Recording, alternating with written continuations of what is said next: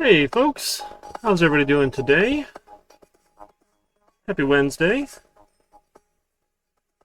Alright, I had to switch up the music. Apparently, I keep getting some audio mutes on the other stuff. And, ugh, whatever. It was annoying. So, this is some other copyright-free music, or MCD and MD, I don't remember. MDCA free? Millennium Digital Copyright Act. That sounds right. Hey, Ray Beams, how you doing today? Hope you got your coffee.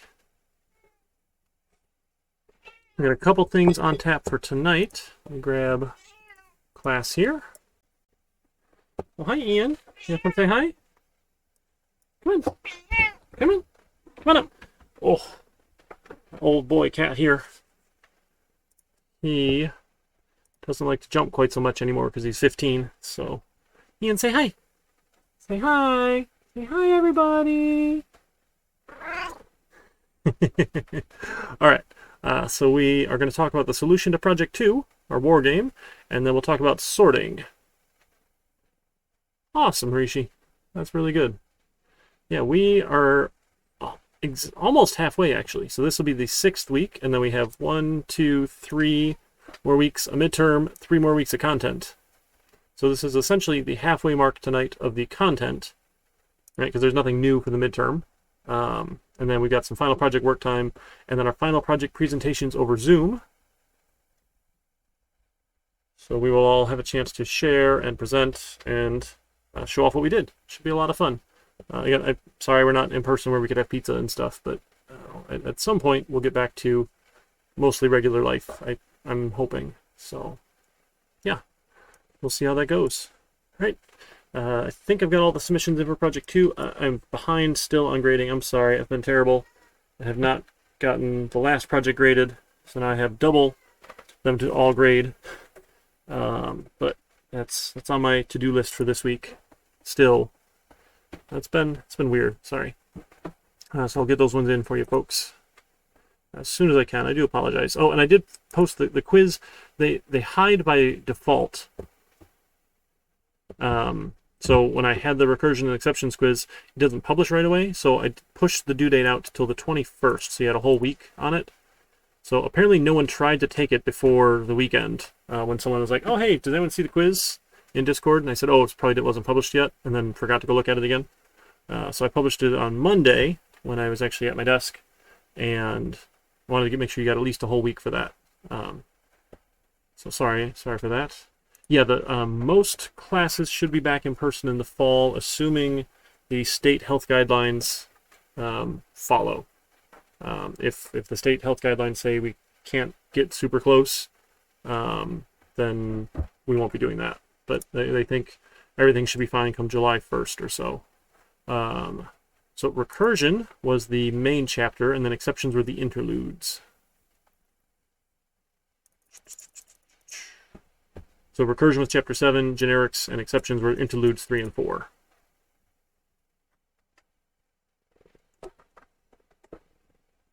So it's like more on exceptions. Okay. There's some cool stuff in generics. We're going to look at a little bit of that tonight. Some of the things we didn't touch on, they weren't, and it's hard to really show until it means anything. Hey, buddy. That's my coffee. All right. So let's talk about Project 2. It was our war game. How'd that one go for you folks? I'll pull up NetBeans, and I'll load that while NetBeans comes up. So Ray, to be an official online course, there's this process that it has to go through. And none of the core software engineering courses have gone through that process for various reasons. Apparently there's a large demand to work with our, who is it? There's a team academic technologies group or something. We have all sorts of letters for everything everywhere. And you have to work with them and the instructional designers to develop the online course to make sure it meets all the guidelines and standards that we need to according to the Higher Learning Commission to stay accredited. So programs have to apply. So our business systems analysis program went through the process and got certified to take their courses online. They worked on theirs first. And, you know, departments all across the college are working on it. So essentially, I have plans and thoughts, and the software engineering program is hopefully somewhere in the queue. Don't exactly know where. I don't know the politics of all who has to approve what, but we've told our dean we want to take it online and start developing courses. And now we have Dr. Ball, myself, and we just hired a new full-time faculty member who'll be starting in the fall. And he'll be working, if we can talk him into it, to start developing classes to go online so we can take the core CIS courses online. So, and what I mean by core, catalog, is it this one, something or other? Programs, one of these pages here, yeah, our software engineering. So, the courses we do have, oh my goodness, my connection. Why does Comcast hate me? So, 1200 and 1300, I believe, are already online. Those ones aren't really like the core, like the 200 level. 2000 level is what I might consider the core of the program. It's not exactly named that, I'm sorry.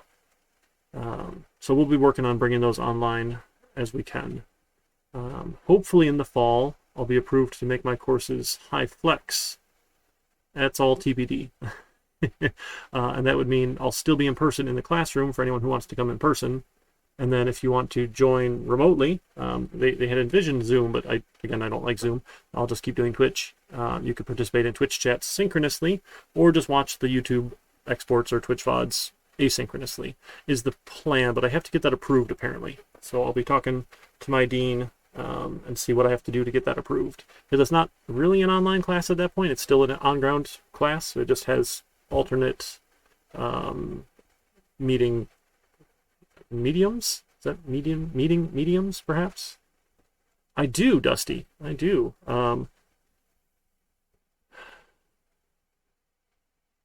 Yes, 2454, and then a bunch of 1500 courses.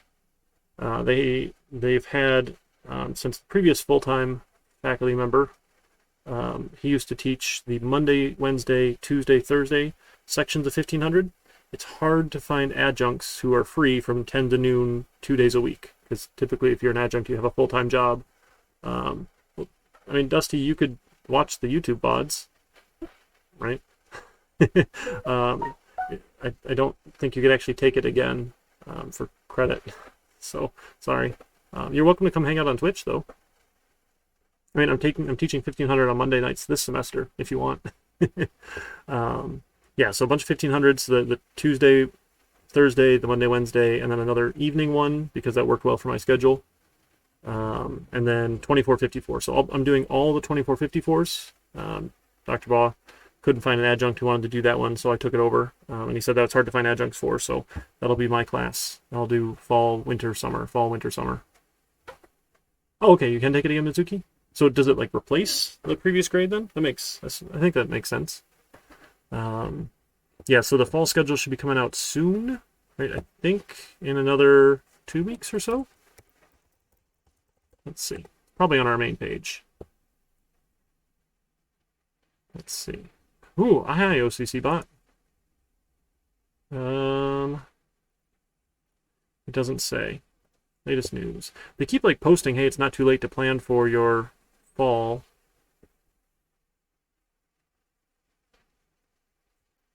Class schedule?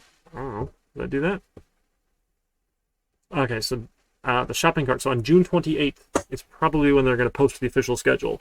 And then I think you can register come July 12th. That sounds right. Yep, so we'll have the official schedule posted. That sounds right. Online, remote, hybrid, and in person. I feel like that was wrong. Okay. I don't know. I guess if that's what the website says, sure.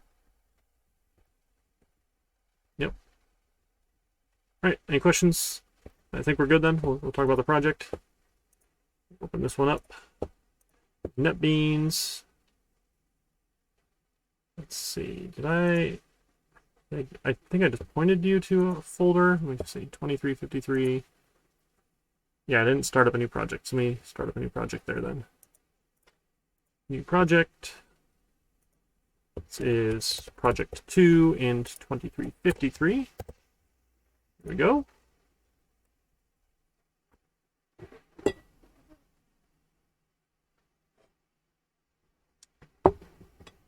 All right. So, and I had said, right, go use this card class. So let me go grab that one here. From, because if you had me for 2151, because some people are taking both classes, God bless you. I had a card class already, so I'm just going to go take that one. And that was actually a couple free points, but that's okay. Not going to feel too bad about it. Grab all that. Here's a card class, so we'll add that to our project here. Add a new class for card. Paste all that in. And check this out. Check this out. You go to the URL here. You grab it. You come in here, and you said sourced from. Boom, that's your citation. Right? Leave a little comment saying this is where I got it from. Yeah, Dusty, I'm so sorry, my friend. I'm really sorry. You have 3 of my classes. But you're getting it done, right? So you'll knocking out all those classes. All right, so again, card, right? You can make a face and suit. You can copy from another card. We talked briefly about a copy constructor. Speed running, yeah. Yep. All right, and then these cards know how to compare themselves already. So compare to will give us a positive number if it's greater, a minus number if he's less than, and a 0 if they're equivalent. Yeah, Harishi, that'll work. I mean, I prefer it as a code comment, but as long as you're citing your source, I'll take it. I'm happy with the citation. Yeah. Yeah, as long as you're citing it somewhere, we'll call that cool. Close that. All right. Cool. So now we have card, right? And then let's see what else we needed to. So card implements comparable of T interface. I gave you that one, comparable of card. Right? T was card here, where you get a positive number of greater. Fill an array with an enum.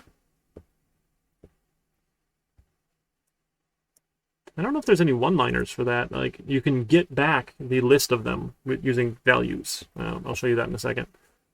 We wanted to make the deck class, right?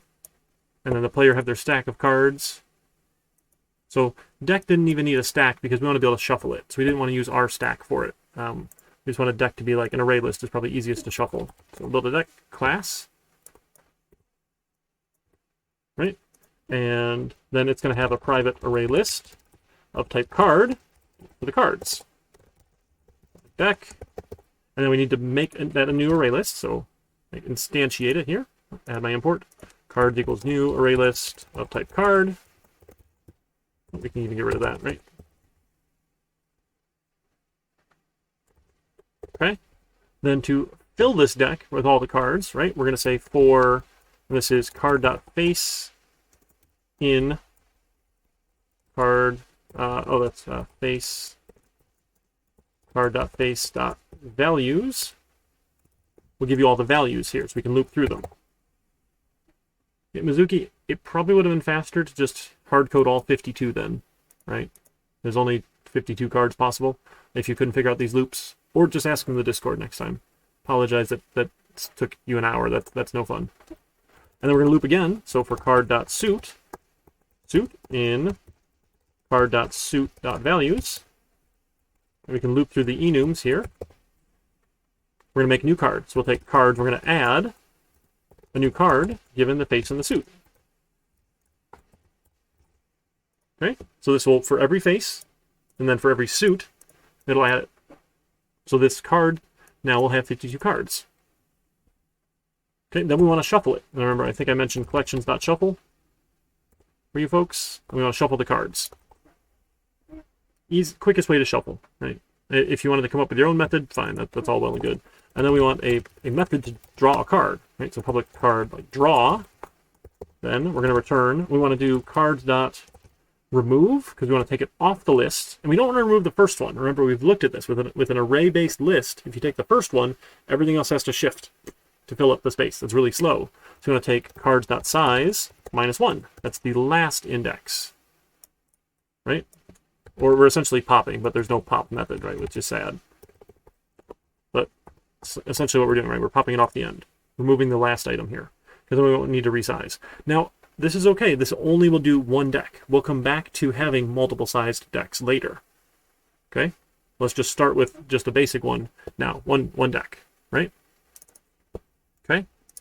And then we're going to have a player. They have a stack of cards with an array list for the win pile, because that way we can shuffle again. And we're going to add cards to the stack from the deck or the win pile. So we need a way to add the cards to that stack. Right? The player class in the stack is empty. We shuffle the win pile, put it back in the stack. Okay, so we need a player class with a stack. We'll have player. Player has then a private stack of type card. Cards. And they have a private... Remember, Java already has a stack for us. We don't need to reinvent the wheel. It was fun for us to look at how we could implement it. But again, we don't need to because Java already has it here, right? And then we're going to have an array list of cards, type card for the one pile or win pile, or I don't know, whatever you want to call it. We'll just call it the pile, I guess. Right? And we'll import the array list. Okay, and we'll make a player. Just instantiate these, right? So cards equal new stack of type card, sure. And pile equals new array list of type array list of type card. Oh, equals new. That's why I didn't type ahead. New. Okay, so we've instantiated them, and now we need a way to add the cards. Right, so sure. Well, let's have a public void add card or deal card. I don't know. Maybe deal card. Given a card. We're going to take cards, and we're going to push the card. Right? We'll add the card. So when I start dealing here, I can say, hey, player, here's your card. And it'll add it to its stack. Great. How about public void or public card play card? Or just play? I don't know. Play card. We're going to return cards.pop. Right? Take the thing off the top of the stack and play it. Cool. And then public void win cards, I guess. Given, I don't know, an array list of type cards. We'll take the pile, and we're going to add all. Right, we'll add everything from that card's array list. Add it to the pile. Cool. That adds to our pile. And then we need a way to add the pile to the stack. So public void, I don't know, shuffle pile into stack. I don't know what's a good name for this here.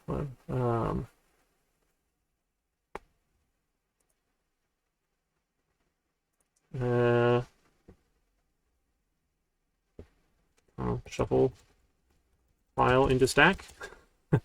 Sure, why not? We'll say pile dot or collections dot shuffle. Yeah, I post all of them, Mizuki. We're gonna shuffle the pile, right? And then we're gonna say for card in the pile, cards dot push the card. Cards dot push the card.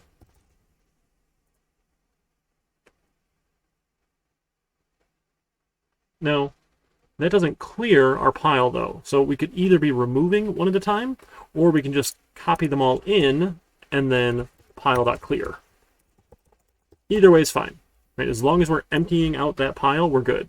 I think one person I know for sure ran into, they were taking them all, shuffling all back into their stack, but they were forgetting to clear the pile, and they ended up with a lot of cards. Okay, so make sure you clear either way. So either remove them and add them, or do it this way. Okay, either way should be fine. We need probably a way to know how many cards we have left. Right? Probably have, public int cards in pile. That's in my stack, right? Cards in stack. That's my cards dot, nope, cards dot, we have a size, right? Yeah, so stack has a size. Look at that. So we can return how many cards we have left, because if we have 0 cards left, we're going to be in trouble. Right? So maybe we also do this in play card too. Maybe we want to check. Right? Maybe this should be automatic, or maybe we have to call for it. I'm not. And we could call for it. I don't know. We could do either. Sure. I don't know. Our public boolean is out of cards. Is out of cards. We're going to return cards dot. Do we have an is empty? Right. And pile dot is empty. So if my cards are empty and my pile's empty, I'm out of cards. Right? They both have to be true for me to be out of cards. That's probably fine. So maybe we don't need to know how many cards we have left in the stack. I'm not sure we'll actually use that. We just want to check, hey, are we out of cards or not? Oh, no, I was going to use this and then try and shuffle the pile into the stack. I don't know. We'll see. We can always change it later, right? So we got player. Okay. So we can add pile from the deck or the stack, and when it's empty, we shuffle the win pile back into the stack. So I guess we're supposed to do it when we're empty. Okay, sure. So let's do that instead. So we'll have a card. Card is cards.pop, and then if cards.is empty, we want to shuffle pile into stack. Then we can return the card. Right? So if we run out of cards, we'll shuffle. It will make this automatic when we play. Okay? So at any point, if we run out of cards, game's over. We all right so far? So we've got player, we've got deck, we've got card. Now we need to actually run the game, right? So let's run it one time, and then we'll get to the running it 100 times, and then we'll get to running it with various deck sizes. That sounds like a good plan. We'll kind of iterate on this. We'll build a little bit and run it. We'll write a little bit and run it. We'll write a little bit and run it. Okay? So let's try it. So we'll say deck equals a new deck. And then player, I don't know, human or first? I don't know. First player equals a new player. And player, second player equals a new player. And then we need to deal the deck, right? So deck, do we have a... All we have is draw. We should probably add the is empty. The public boolean is empty. Turn cards dot is empty. No. Is empty. There we go. Cards dot is empty. Okay, so we want to deal them all out. So we'll say while not deck dot is empty, Why is empty? It's a terrible type ahead suggestion. As long as they're not empty, let's start dealing out the cards. So we'll say first player dot deal card given deck dot draw. And then we'll do second player. Deal card, deck dot draw. And we'll just keep on going until we're empty. When we're done, we should have 26 cards each. Okay, so far so good. Now we need to figure out how we play. Excuse me. Okay. So we're probably going to go in a while loop, right? While first player is out of cards. So while they're not out of cards, and second player is out of cards.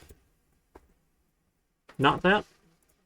So as long as the first player is not out of cards and the second player is not out of cards.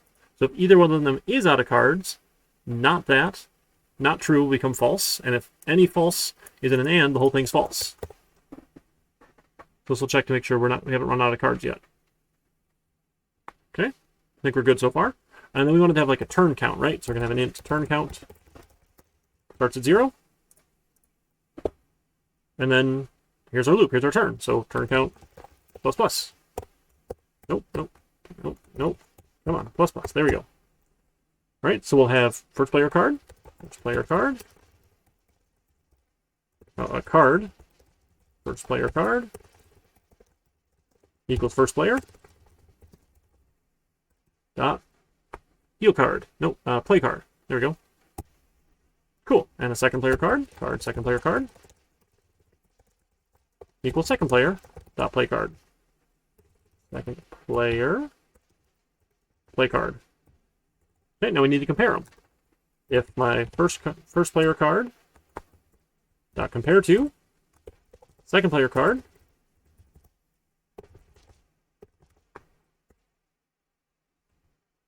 is okay, so maybe we want this as like an int result. First player card compared to second player card. Then we can say if result is greater than 0, that's a win. First player wins. Right? Do that. Now, how we're gonna give them 1 cards in an array list. So we probably need to add these to an array list, or we just add. I think we want the array list because we're gonna have another pile here. So we'll have an array list of type card. This will be the pile, the new array list of type card. And then pile.add first player card, and you need to add that one, sure. And the pile.add the second player card. Okay, so if the result is greater than 0, that means first player wins. So then first player dot win cards given the pile. Else if result is less than 0, the second player dot win cards given the pile. So those are the easy ones, right? And again, if we want to be kind of watching this, we could add some outputs. So we could see what's happening. We could do that. Why not, right? So we'll add this here. So player 1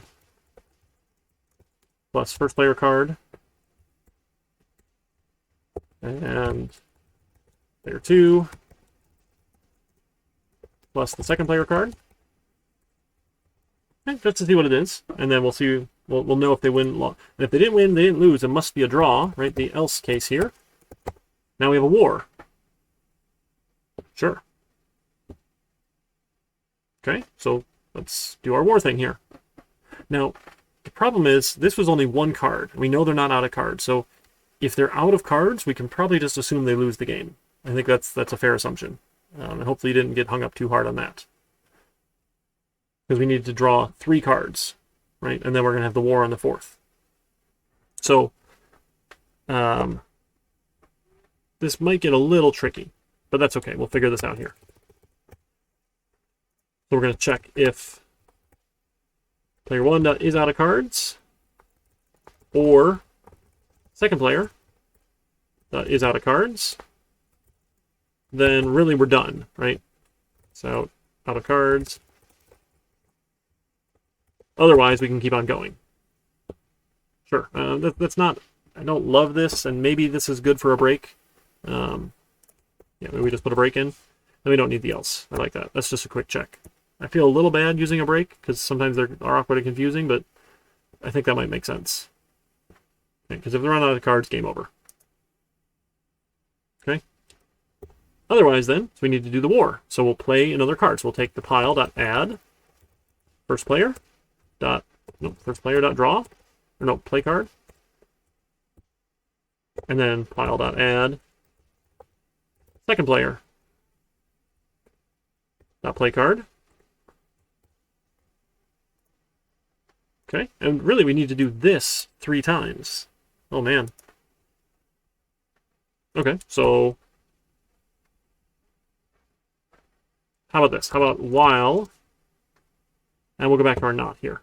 We'll say not out of cards and not out of cards. There, we'll do it that way. Well, they're not out of cards and they're not out of cards, and war count is less than 3 or something, right? We can throw that into a nice little boolean or int war count or war cards played is 0. Sure, why not?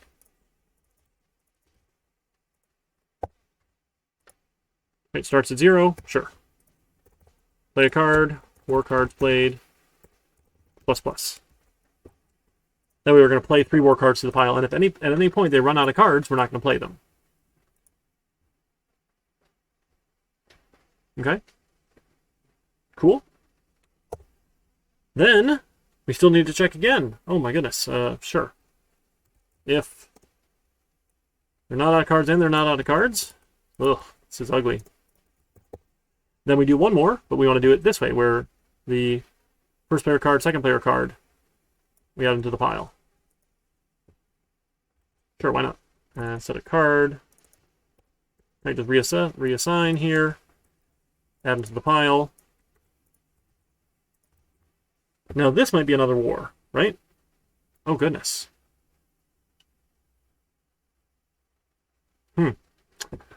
We don't want to have to redo all of this nonsense again, right? We want to be like this inside of a loop.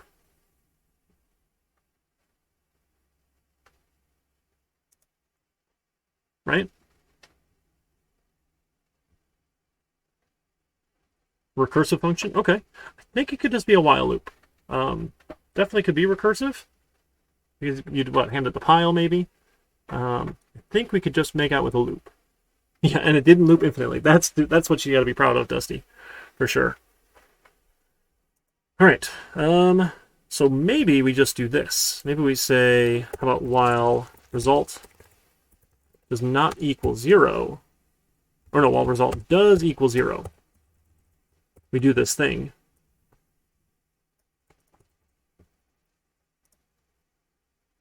And then when that loop is done, it's either an if or an else. How about that?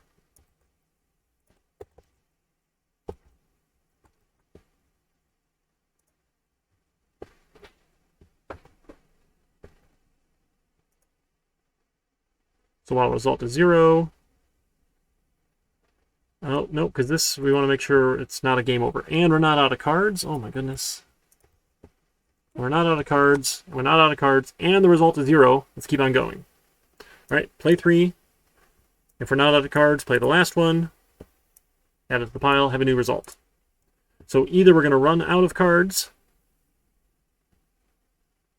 right? Or we're going to get a result that is not 0. I like that. What do you think? Then, when the loop is done, because either we ran out of cards or the result was 0, let's see what the result is. If the result was still 0, nothing happens.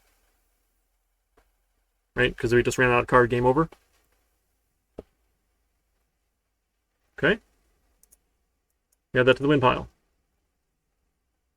I think that's it. So maybe we should output here a war, right? So then we'll just do the same thing here. Let's throw this in here. This is just for fun here.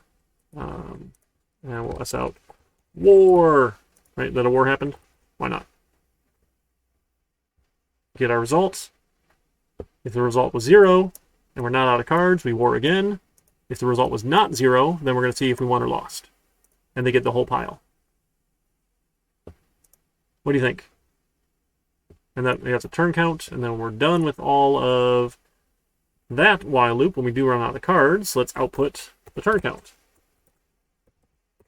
Number of turns until someone ran out of cards, plus the turn count. What do you think?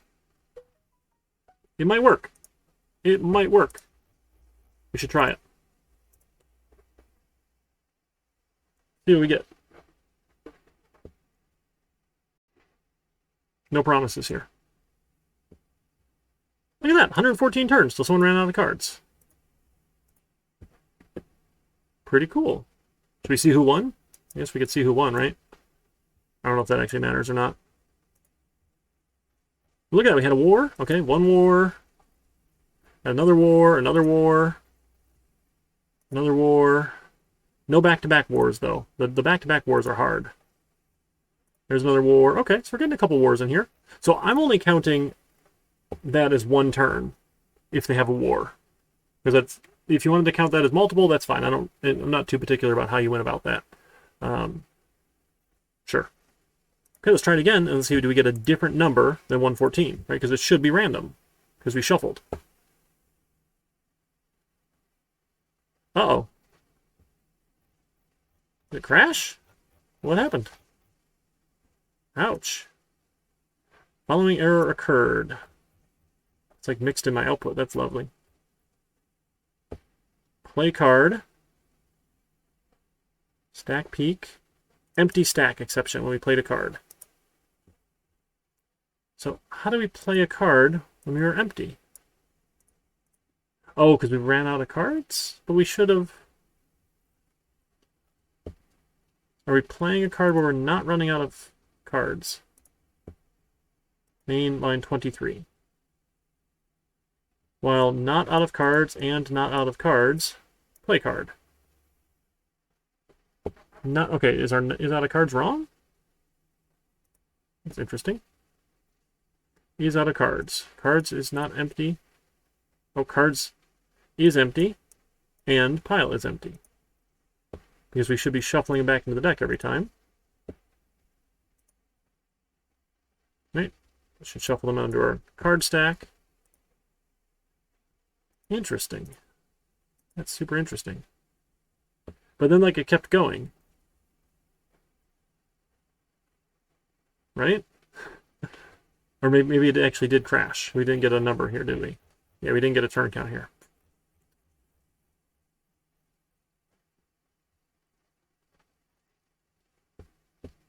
Is empty should just be true or false. Right? We shouldn't get... Because that happened when at our play card when we popped a card off. We tried to pop an empty stack off.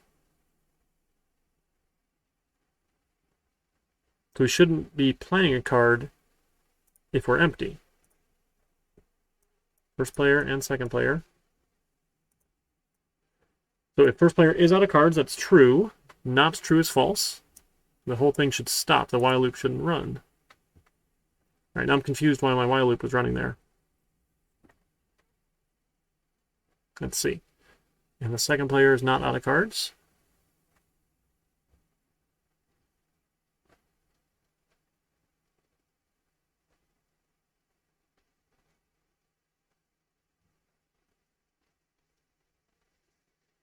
Should be able to play a card.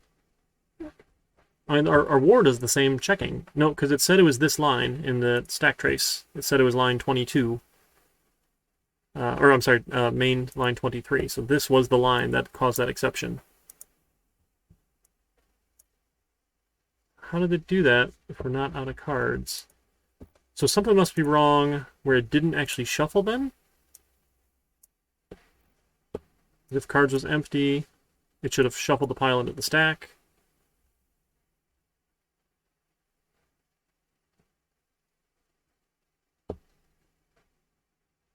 Which this should be fine, like if we're shuffling and it's empty, then nothing happens. We should be able to play that last card. How do we get to play card if we're out of cards? I'm going to run it one more time. Cross my fingers. 211 turns. 38 turns. Ooh. That was a quick one. 38. 268. Okay, okay. 44. They ended on the war. Look at that.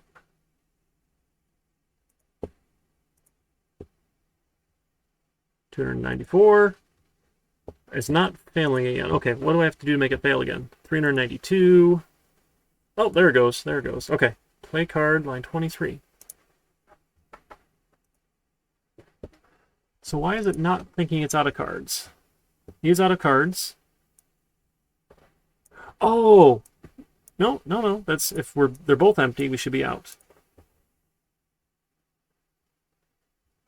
You know, let's just look at just cards, maybe. How about out of cards? Because our play is supposed to reshuffle the pile. So let's just look at cards here. Because I wonder if something about my pile is messing that up. Because every time we hit play, we're shuffling back. Oh, okay, okay. So, I know what happened.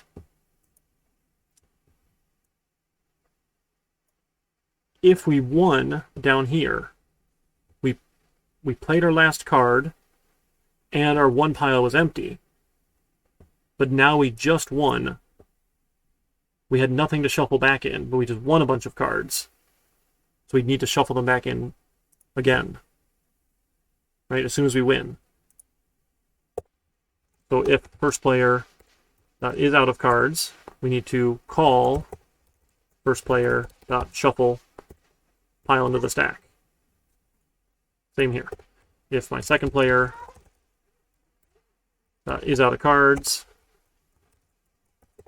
then we'll shuffle the pile into the stack. Nope, second player. Shuffle pile into the stack. Okay, this ought to do it here, I think. Because I think that's what's happening. Because if we played our last card, we had nothing left in our win pile. We were out of cards in our pile.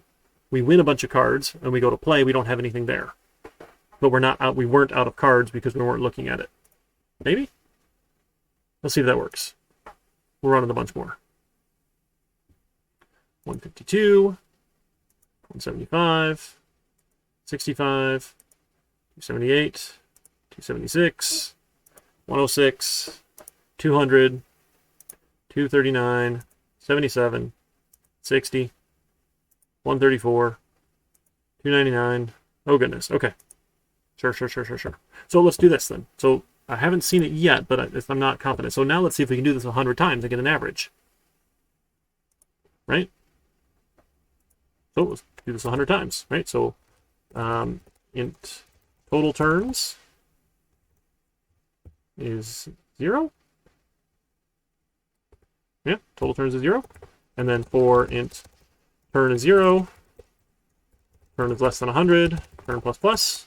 Let's do all of that stuff. And then we need to add that to our total turns. Plus equals the turn count. When we're done, we're going to print out average number of turns is my total turns divided by 100. Yeah, the more decks, it definitely takes a lot of turns, for sure. And that's good. We want to set that there, and then we want to set it here, right? Okay. All right so far? Let's try it. Sure. Oh, so you know what? I'm actually going to take out these prints here, because we don't want to be printing every single turn here. Okay. Let's see if we run it 100 times. Okay, so it didn't crash, so I think that was our problem. I feel pretty good saying it's not going to crash because we did it 100 times. So 247 on average. One more time, let's see, we should get a pretty close average. 240, what were you folks getting on average for your turn? Somewhere in the 240s? You know, again, it's going to be a 200, wow, a bunch of low ones. Okay, 218, 209, 245, okay. 230, sure, 278. Yeah, why not?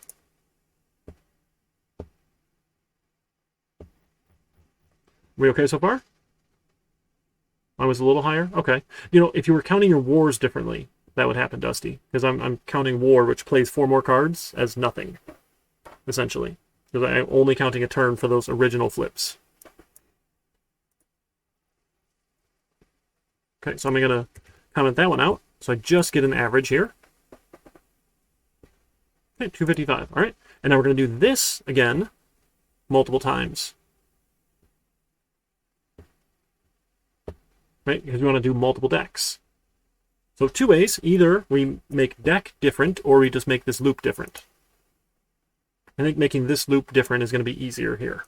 Okay, so let's have a new variable in here. Right, so let's make the players first, and then we'll make the deck. So we're going to say for int deck count is 0, deck count is less than number of decks, deck count plus plus, and then we do that. Oops, oh my goodness, I got too much. We do that. Right, and then we throw all of this then inside of another loop for int deck count is 1. Deck count is, I don't know, less than or equal to 10. Less than or equal to 10. Deck count plus plus. Throw all of that inside of a loop. Oops, sorry, number of decks. Why not? Okay, then I got to scroll on down, follow that line, throw one out here. Every number of turns for, okay, sure, we can do more string concatenation. I'm not too terrible here. For number of decks plus decks. All right, it's a little bit long there, but you know, we could do some string formatting too if we wanted to make it prettier, but this should be fine. Right? You see if that works?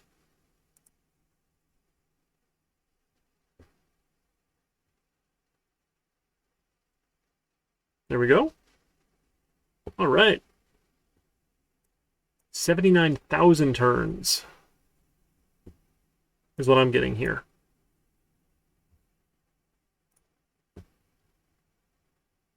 Wow. That grows pretty quick. What do you think? So this more than doubles, more than doubles, more than doubles. Just barely more than doubles, right? Is that even barely more than doubles? Not quite a double, not quite a double. Okay, so we're not doubling every time. I mean, this is why the computer's doing it. I mean, if you had 260 cards in your stack, even if you win every single time, that's 260 turns. And you're never going to win every single hand. That's a special hell. Yeah, I mean, 240 turns for a game is a lot. Like, I don't know, I get bored. I get bored quick. That makes sense. So we're not doubling every time, but it's definitely not a linear relationship, right? If we were to graph this out, check this out. We'll throw it in Excel. Everyone loves Excel, right? Excel's a great graphing tool. Oops, let's start a new blank worksheet. There we go. All right, so we'll just copy these in here. Nope. Why didn't that copy right? Okay. Copy to Notepad. Copy that into Excel. There we go. And then we're going to do some splitting. We want to do, where's my split? Text to columns. There we go. Text to columns. With the delimited, we'll say the space is the delimiter here. And finish. Look at that. And now we just delete all those, delete the ones we don't care about. Excel's a fantastic tool, friends. Definitely worth learning. Delete. All right, and we're just going to graph this. And so I'm going to insert a little line chart here.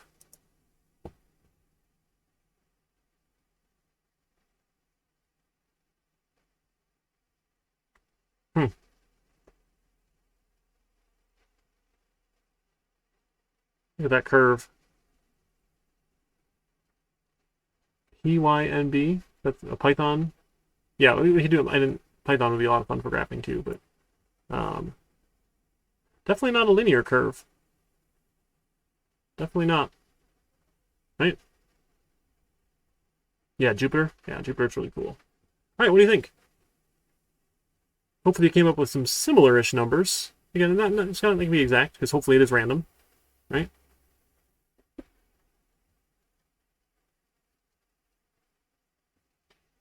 Cool. All right, any other thoughts, questions, concerns about the project? Well, not too bad. This actually went better than the Hold'em project. The betting was so obnoxious last time. All right, let me open up GitHub here.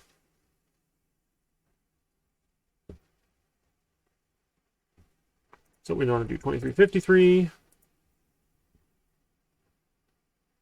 So it's project 2.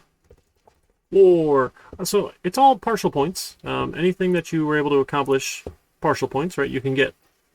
So if the simulator didn't work quite right, that's okay. If your deck didn't work quite right, but you were simulating it properly, sure, you'll get the simulator points.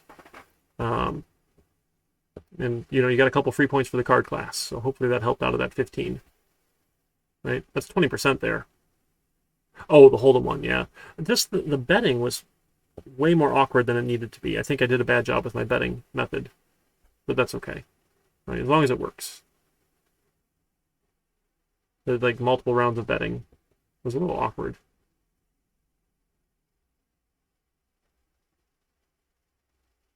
Probably should have been in a loop, like, while someone did not fold or something. That probably would have been a whole lot better, but that's okay. All right, do we hit all the things for war? Yeah, we're getting our classes mixed up here, Professor Perp. I'm sorry. Dusty's trying the CIS speedrun and having a lovely summer. All right, so Project 2 War, commit and push. Hey, Jack. You want to say hi? Oh, no, you bumped your elbow. Uh-oh. My little guy bumped his elbow. Come here. Come here. You need a hug? Oh, I'm sorry. I'm sorry. You want to say hi to everybody? Say hi. Say hi. Look, that's you. That's you. Say hello. Don't grab my stuff. Don't grab my cans. What? What?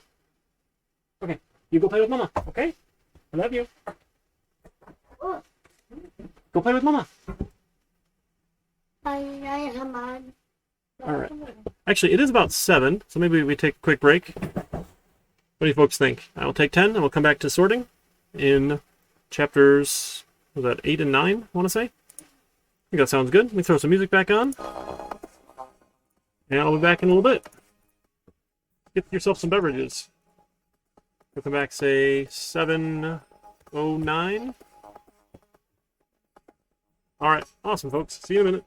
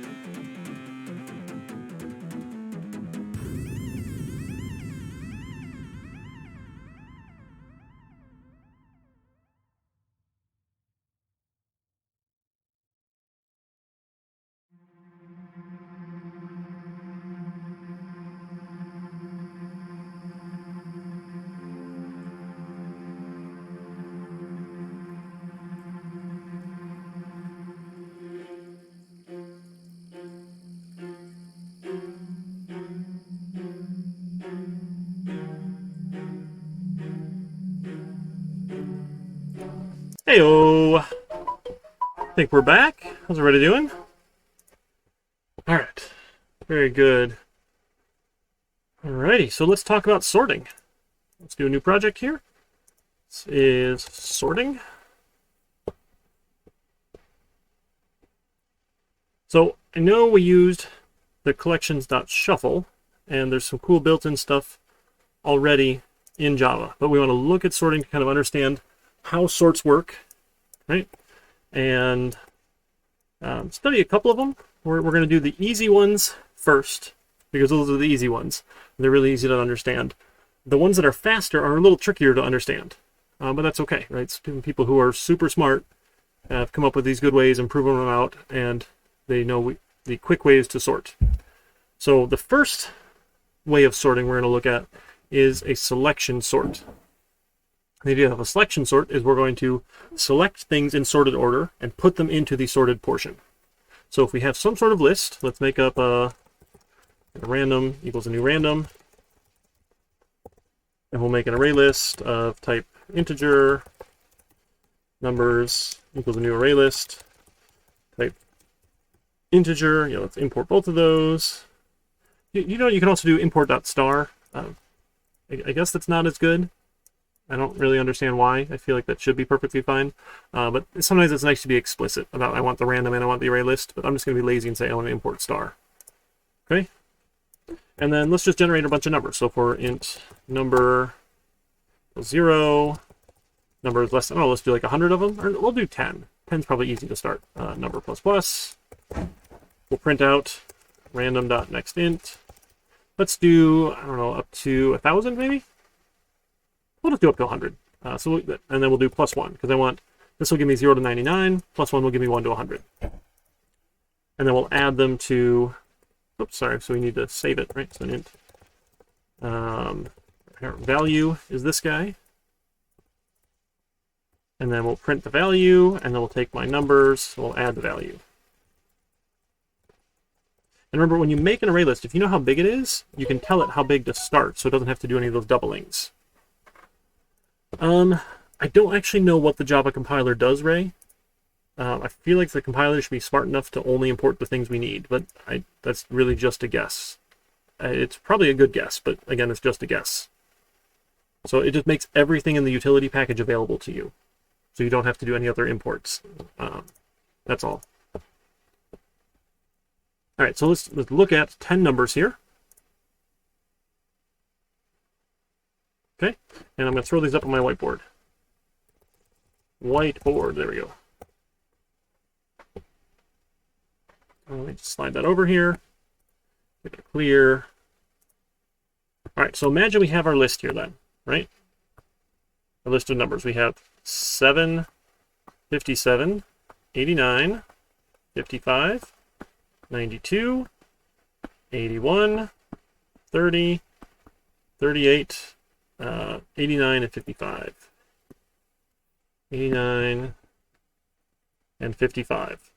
Okay, so this is our unsorted list. Unsorted. Okay, so what a selection sort's going to do is it's going to work its way from the front to the back, grabbing the smallest number, and then swapping it. So we're going to find smallest, and then we're going to swap with the front. So it's going to look at all of the numbers in the array list and swap with the first one. So in this case, it turns out 7 actually is the smallest. Sure, we got lucky. Then we're going to look at 57. What's the next smallest? We're going to look from here on here. So we'll find the next smallest. Looks like probably 30, right? So then we're going to swap 30 with 57. So then 30 goes here. 57 goes here. So and what we're doing is we're building out the sorted portion here. It gets bigger and bigger and bigger as the unsorted gets smaller and smaller and smaller. So it was 30. Sorry, I should make that a little cleaner here. So 30. And then we can look at the next one. What's the next smallest? All right, scan the rest of them here. All right, looks like 38. So we'll swap 38 and 89. 38 and 89. Okay, now we swap this one with the next smallest. Find the next smallest and swap. So we're going from index 0 to size minus 2. Because the last one here will have already been swapped. Right? So we'll do 55. Looks like 55 is the smallest, so it stays. And then 92 is going to swap with the next 55. So 55 swap with 92. All right, then we look for the next one. Looks like 81 is going to swap with 57. So 57 and 81. 81. Then 81 looks like it is the smallest. It stays. 89 stays. 89 stays. And we're done. Because if that was not the smallest, it would have swapped, and then we'd be done. Right, so in a loop here, so in the loop from index 0 to size minus 2, we're going to find the smallest and then swap until we're done. That's our selection sort. So we're selecting the smallest to swap into place. So if you think of, I remember when we talked about performance analysis, right, we have our complexity analysis. We have our space and we have our time. So in terms of space, actually barely takes up any space at all, right? You need the size of one thing when you do the swapping, one extra thing. But we're swapping in place, so it takes no extra space, right? But in terms of time complexity, for every n item, I have to look at the next n minus, or like my current index minus what's going on here. So, and if you remember, there was this cool formula. So for the sum of 1 to n, it's n times n minus 1 divided by 2. Does that ring a bell? We looked up, hey, you know, how do I add these together? Which is really n squared minus n all over 2. And then we say we're going to take the largest coefficient. So in terms of our complexity, it's n squared. So big O of n squared. And that's best case, average case, worst case. All of them. For a selection sort. Does that ring a bell? And I think we looked at this one before, the n times n minus 1 divided by 2 for your sum of numbers 1 to n.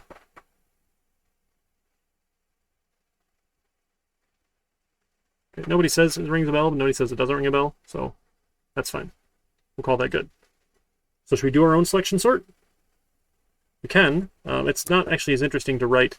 There's a really cool thing you can do with generics. So we're going to add a new class here. We'll call this our sorts. And what we're going to do is we're going to write a static method. So it's public static void doesn't return anything. This is selection sort.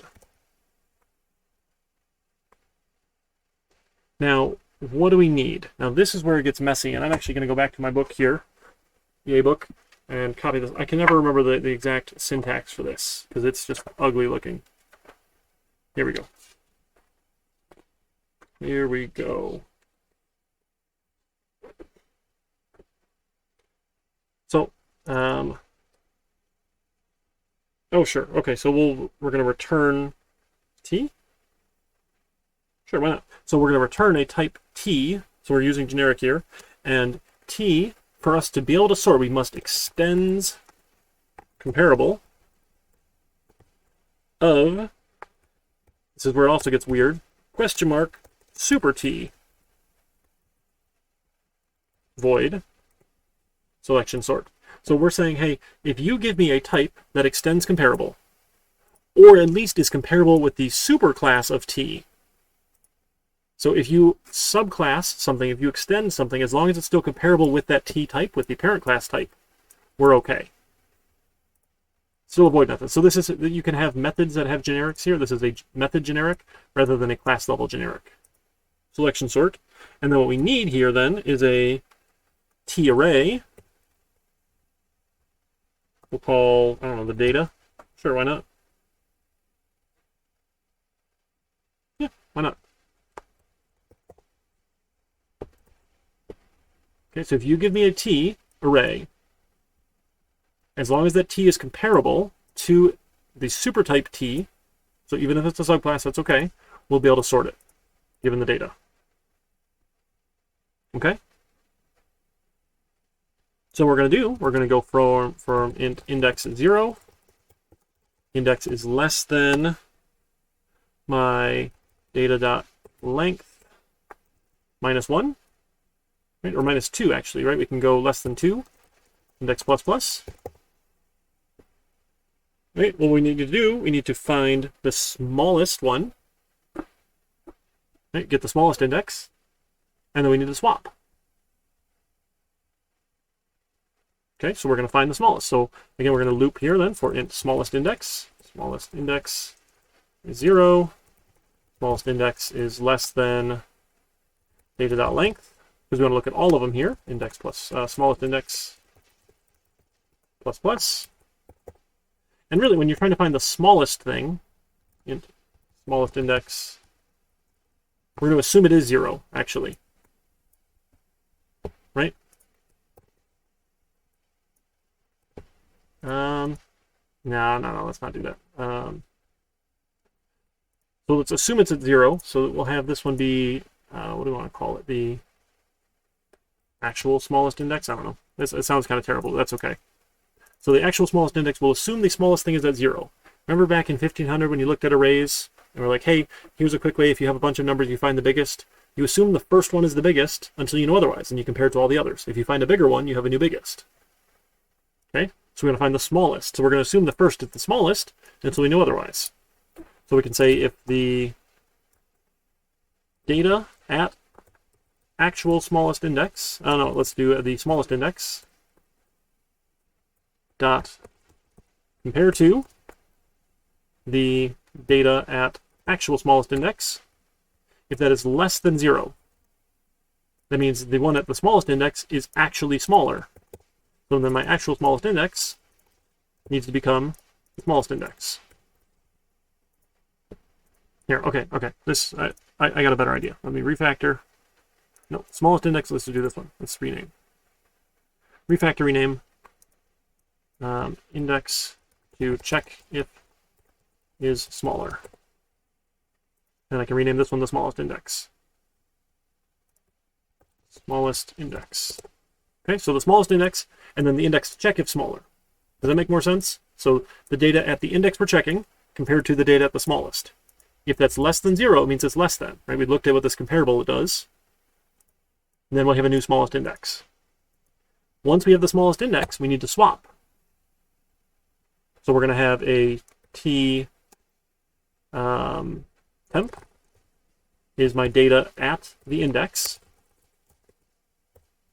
Then the data at my index can become the data at the smallest index. Right? And then the data at the smallest index can become the temp. That's the swap. So find the smallest and then swap them. Move to the next one. Find the smallest, swap it, move to the next one. Find the smallest, move to the next one, swap it. On and on and on and on and on. Right? Does that part make sense? So this is our selection sort. So we're finding the smallest and swapping to the beginning. Then we just move to the next one. Swap the next smallest. Swap the next smallest. Swap the next smallest. On and on and on and on. So let's see if we can use that one. Let's see. I guess we should have done this as an array. I'm sorry. So this is an int array of numbers equals a new int array size 100. Sure. And numbers at, this should be index then. Oh, that's right, size 10. We only needed 10 of them. I don't know what I'm doing here. Number, print the number at the index is equal to the number. Okay, and then we can print out our numbers. So let's print out here, print out the numbers. Oh goodness, sorry. Wow. Ugh, I'm sorry. Yeah, we need to print all of them. Sure. Here, so let's do this. Let's make a public static void print array given a int array numbers for int number in numbers. Let's just print the number plus a space. Then when we're all done, we'll just print out another line. So obnoxious. Numbers. Arrays.toString. Ah, there we go. Okay. Thank you, Iron. Here it is. Is that arrays.toString? ToString numbers. Look at that. Look how pretty that is. Even better than mine. Thank you.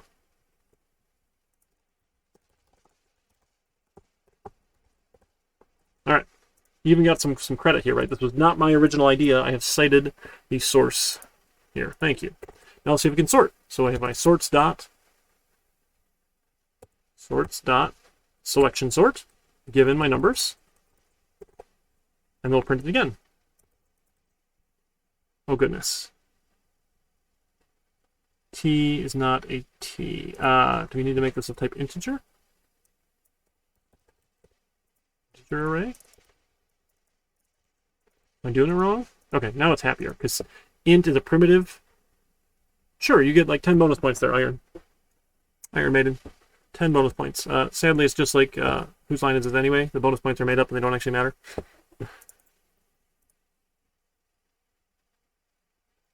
All right, let's see. So 82, 42. Oh, it looks pretty mixed up. It does not look sorted. Oh, goodness. We did swap a couple, though, but not all of them. Okay, so what did we do wrong here?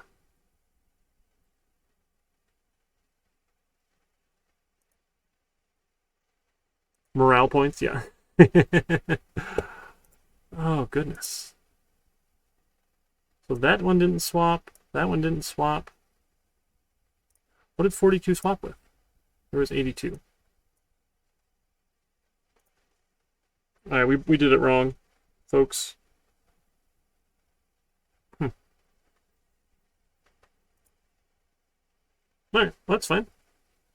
That's fine. Check this out. Look what we can do. We can print it every time. Arrays.toString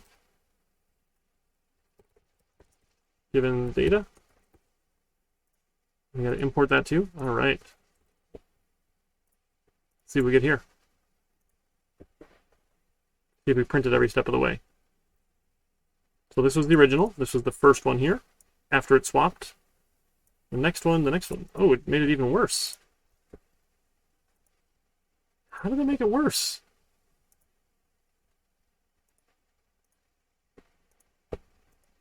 My goodness, friends. All right, we're going to put it in debug mode. This is not going as well as I hoped.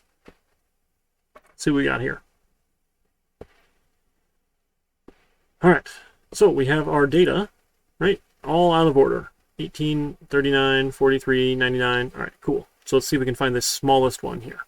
So the smallest one should be, oh, the actual 18, right? So 18 should be the smallest. Cool. 0. So it should stay at 0.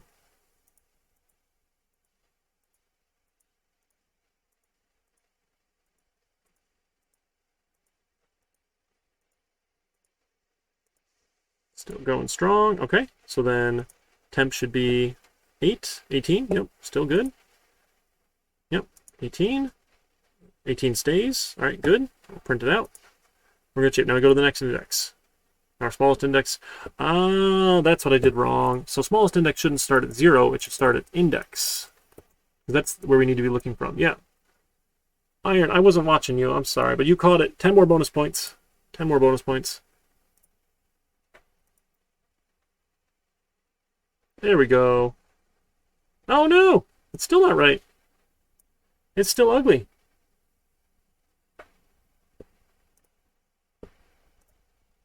Starts at index. Needs to start at smallest index +1. There we go. These have to be relative. That's right. See, Iron Man, you lose bonus points. You didn't catch that mistake. Sorry. All right. That's looking better. All right, so this was the original here. This was with the first swap, so 28 was the smallest. And then 29 was the next smallest, and then 32, and then 40, and then 43, and then 62, and 63, and 63 again, and 95.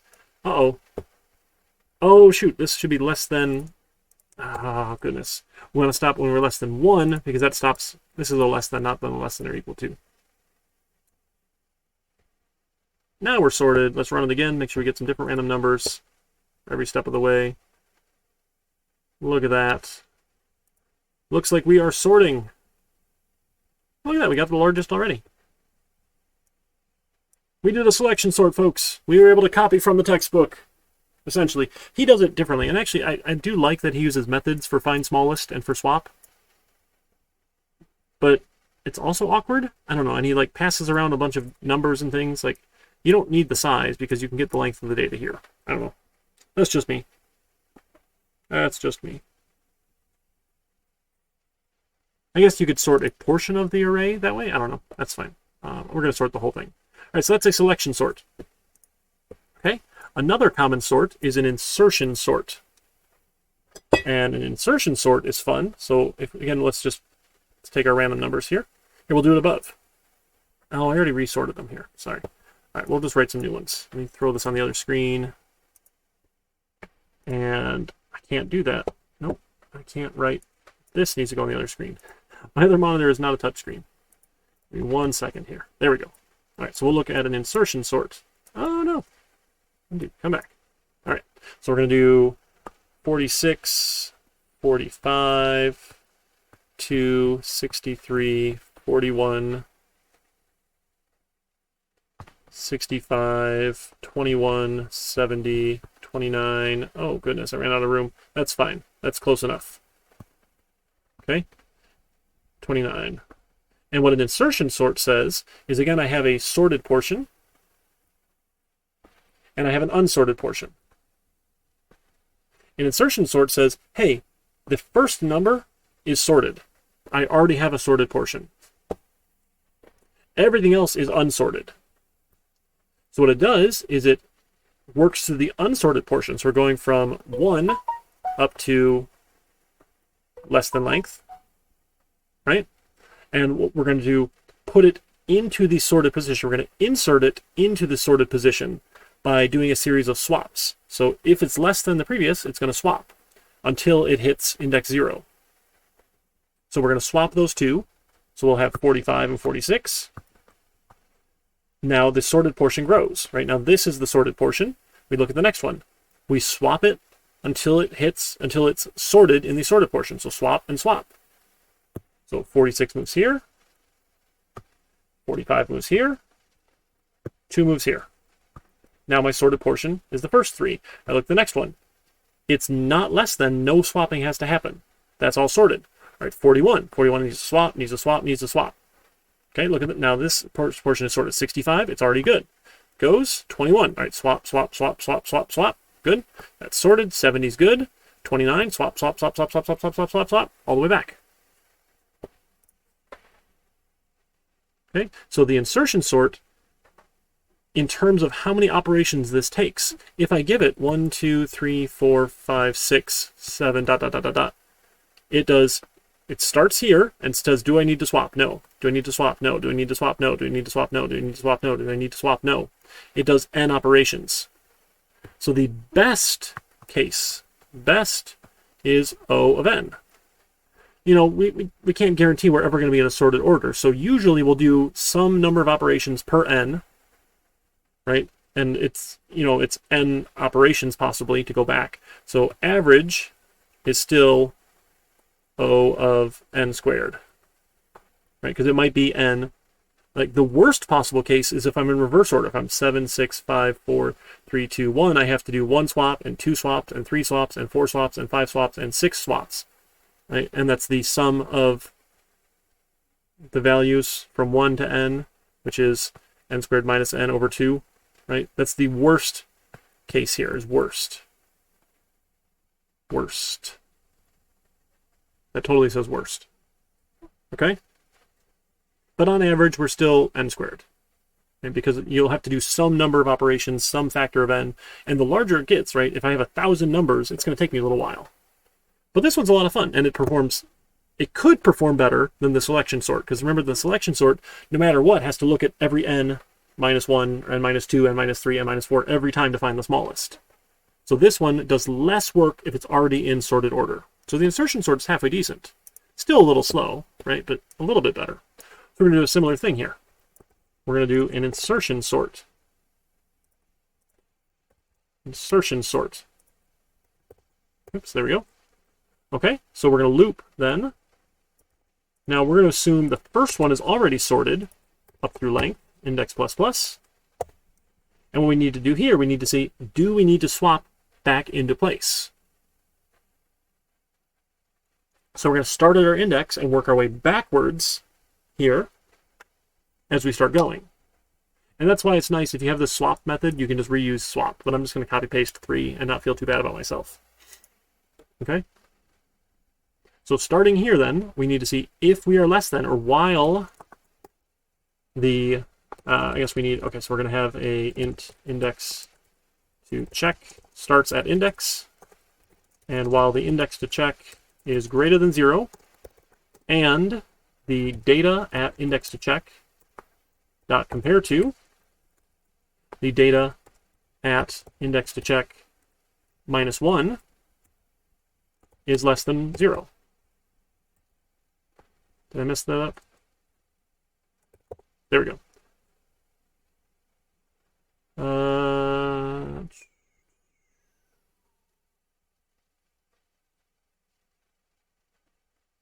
What did I do? Index to check and data index to check compared to data.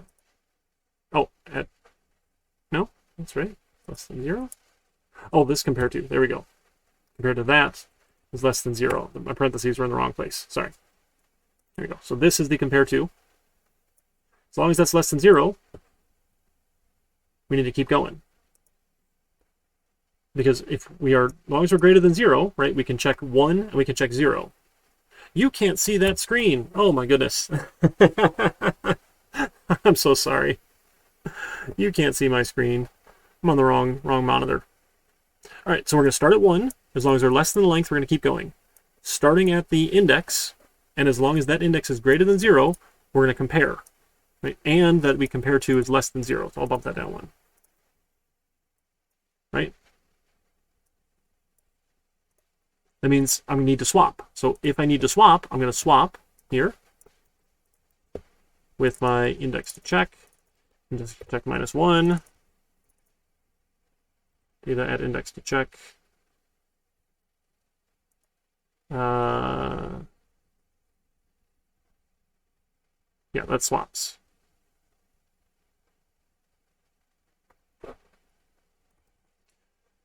So if we're at 1 and we need to swap with 0, right, we're going to save off what's at 1. We're going to put what's at 0 in 1, and then we're going to put what's at the temp. Are we actually swapping? What did I do wrong here? I copied the wrong thing here. Index to check -1. -1 becomes the temp. Sorry, Golden Duke, I don't have any cool weather commands. Right, so we're going to save off what's there. We're going to overwrite what's there, and we're going to put the temp back here. So we're going to swap. Then we need to take index to check -. If it's no longer greater than 0, we're going to stop. Or if we're larger, we're going to stop. That's our swap. We don't actually, I guess we can print it out every step of the way, right? Why not?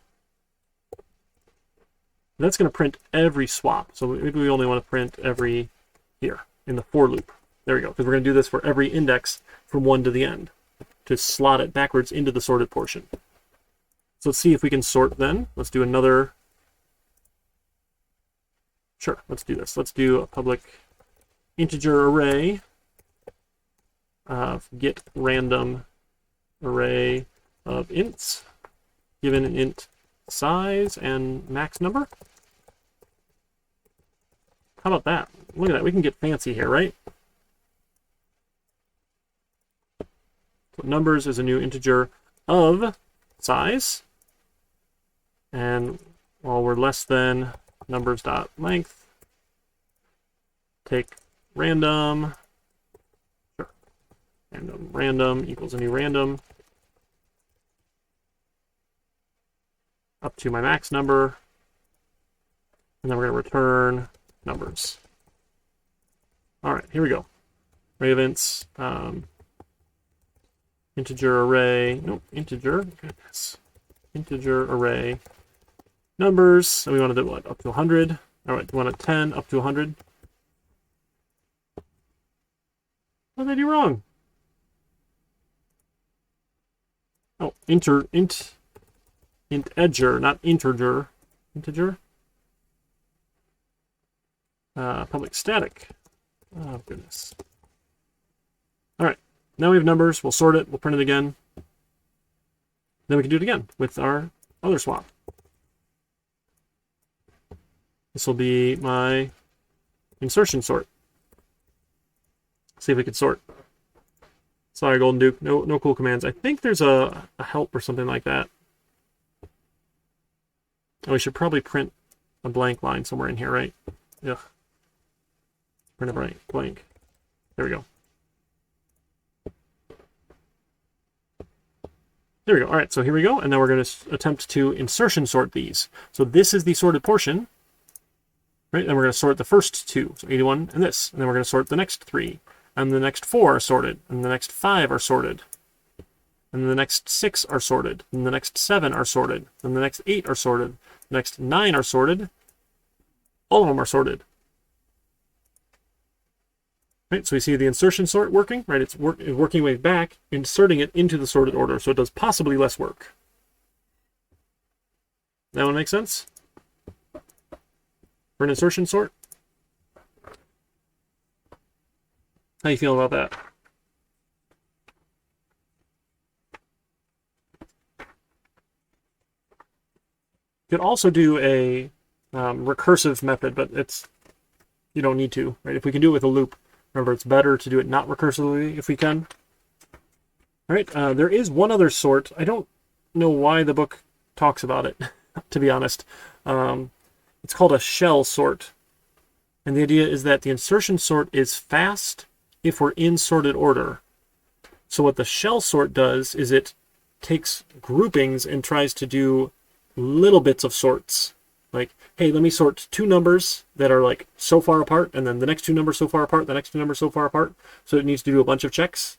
And then if I do a bunch of those checks, it's faster to do the insertion sort. We're not going to bother with shell sort. Okay? It exists. And what's cool about shell sort is that you can get the average down to n of n 1.5. That's a 5. That's still not a 5. 5. That looks like a better 5. And 1.5 is definitely better than n squared. So that's pretty cool with the shell sort, but we can do better. Right? There are better sorts anyway that we're going to look at in the next chapter.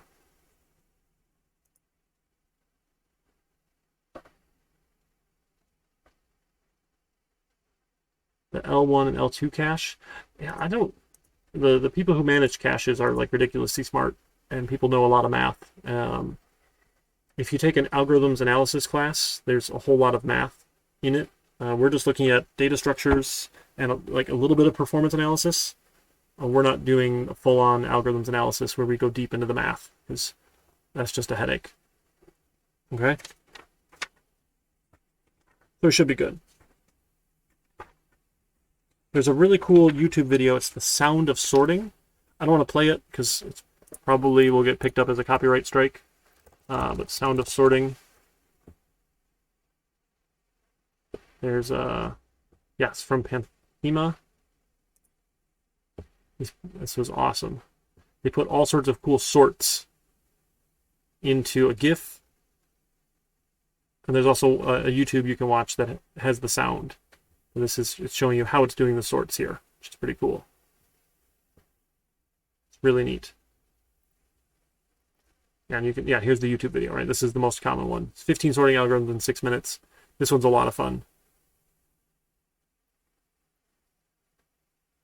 Okay, so you could take a look at that later if you want. Let me grab the share link here, right? No. I want the link. I need the link. There. Fine. I'll post that one here. That one's fun. But you can watch that one later. Look at some of those different sorts. Okay, so we're going to skip into the faster sorting methods. It looks at merge sort, quick sort, and radix sort. They're super cool. So merge sort and quick sort are some of the most common ones. And let's see, we've got our sorts here. So the idea with a merge sort, let me just grab a bunch of numbers here again. I don't know, like 23, 57, 19, 32, 50, 91, 6, we'll just add 2 more, 80, and how about 7? So the idea with a merge sort is we're going to divide and conquer. We're going to take a small portion, essentially half here, we're going to divide it up and sort those ones. And we're going to do this recursively, where, okay, sure, now let's take half of these ones and sort them, half of these ones and sort them, half of these ones and sort them, half of these ones and sort them, half of those ones and sort them. Once you get down to 2, it's really easy to sort, right? You do a bunch of swaps. That's the sorting portion. Then we need to start merging them back together. And what's cool about that, so the great example, if I just give you 2 sets of numbers that are already sorted, so if I give you like 3, 7, 12, 15, and I give you like 4, 9, 10, 12. Sure, why not? I'll make that 13. If I want to merge these 2 lists together into one sorted list, what I'm going to do is I'm going to start at the beginning of each and see which one is smaller. So my new list then, I'll take the smallest of those 2. I'll take the 3. Since I took this one, it goes to the next one. Right, we took the 3 already. Okay, now which one's the smallest? Now I'll take the 4. Now we point here. Okay, which one's the smallest? 7. Okay, go to the next one. Which one's the smallest? 9. Cool. Go to the next one. Which one's the smallest? 10. Okay, go to the next one. Which one's the smallest? So merging numbers is really quick because you're doing this AND operation. We just keep on moving here because we know they're already sorted. We just need to grab them as whichever one is smaller. So that's the merge operation. So then you can recursively merge these values back in once you have smaller sorted portions. So once I sort them all, right, I'll have 23 and 80, I'll have 19 and 57, I'll have 32 and 50, I'll have 7 and 91. Then we start merging, right? Then we merge this one and that one, right? So we'll get 19 and 23 and 57, 57 and 80, and then we'll get 7, 32, 50, and 91. Then I can merge this one and this one. I can merge together, right? Doing again that same operation. So the merge sort's nice. It's this really pretty recursive operation where we're going to merge sort. So it's a recursive in nature. Okay?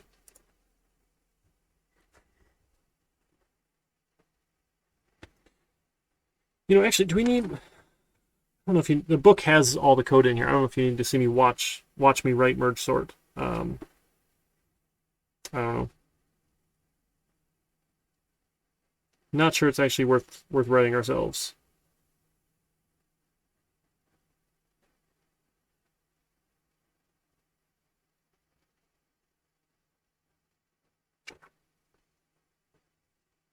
Do you want to? I don't know. I don't know if it's actually worth watching me do it.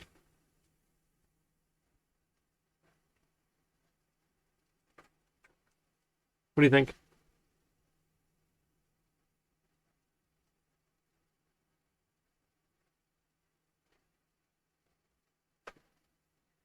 Do you want to vote on it? I think it's probably just as easy to see it in the book. If you disagree, let me know. I'd be happy to show you. But I think you know, for sake of time here, these ones are easy enough to conceptualize. I mean, the merge is not terrible to write, but it's right there. And then quick sort is essentially like a merge sort, but instead of dividing in half, Ray, it is all in sections. It's chapter 9, starts on page 272. Chapter 9, page 272 for the merge sort. And then quick sort is like a merge sort, but instead of dividing in half, it does this thing called a pivot. And that actually can make it faster, which is really neat. There's some cool math behind it here. It can make it worse if it pivots in the wrong spot. But what we get, though, is n times log n performance. This n log n performance with a quick sort and a merge sort. So we get a big O of n log n. So n times the log of n, which is better than n of 1.5, which is better than n squared, right? Because we have to do n operations times the log of n operations, which is pretty cool. So there's some mathematical proof behind it. They're not going to bother showing you, though. So the problem with the quicksort is that the worst case for quicksort is back to n squared. Right? So quicksort can be faster. And then merge sort in terms of a space complexity. Right? So these are all time complexities. With the space complexity, if you need to make new arrays, right, as you're merging here, I'm keeping this original and I'm keeping this original and making a new array, it's going to take up double the space because you need to build a new array worth of space to sort into. So the space complexity on merge sort is larger. When you do a quick sort, you don't need to do all the additional memory for the merging with a quick sort, which is pretty cool. So you can see those in the text. They're lots of fun. The radix sort is one of my favorite sorts. It's super cool. And the radix sort, it only works on some kinds of data. So there are restrictions with the radix sort. But what it does is super cool. So let me generate some big numbers here real quick. We're going to take a look at how this works. So let's do some numbers. It's all chapter 9, Rishi. This is all chapter 9. The quick sort just comes after the merge sort. So let me generate some other big numbers here. So let me skip a lot of these. Oh, we'll just do it again. Why not? We'll say numbers is up to 1,000. Oh, I gotta print it. I gotta print it. You gotta print it so you can see the numbers. Okay, so here's a bunch of numbers. Oh, I wanted 999. My mistake. One more print, just to get a blank line for me. Okay, so what a radix sort does, let me flip these over here again. I'll try and remember to put it back on the screen. We're going to get all these 3-digit numbers. So 986, 479, 791, 208, 307, 321, 602, 825. That's good enough for now. Okay, good enough for now. So I have all these numbers here. Now what the radix sort does, which is super cool, is it never compares the numbers directly. So we're never going to say, is this one less than this one? Is this one less than this one? Is this one less than this one? What it does is it's going to make a bunch of buckets. This idea that we're going to have a bunch of buckets here. This is the zeros. This is the 100s. This is the 200s. Right? This is the 300s. On and on and on and on. Right? Sure. Let's see. What other buckets we're going to need? 4, 5, 6, 7, 8, 9 buckets. 900, 800, 700, 600, 500, 400. So we got a bunch of buckets here. Okay? Which is really cool.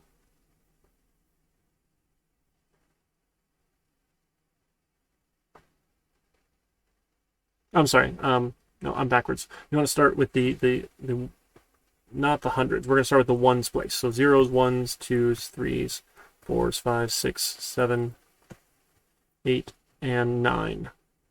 Okay, so we're going to sort them all by their smallest digit. So we're going to put them into the buckets. Okay, by the ones place. So 986 goes in the 986 bucket. 986. 479 goes in the 9 bucket. 479. 791 goes over here. 200 goes in the zeros. 307 goes here. 321 goes here. 602 goes here. And 825. Okay, so we've sorted them all by the ones place.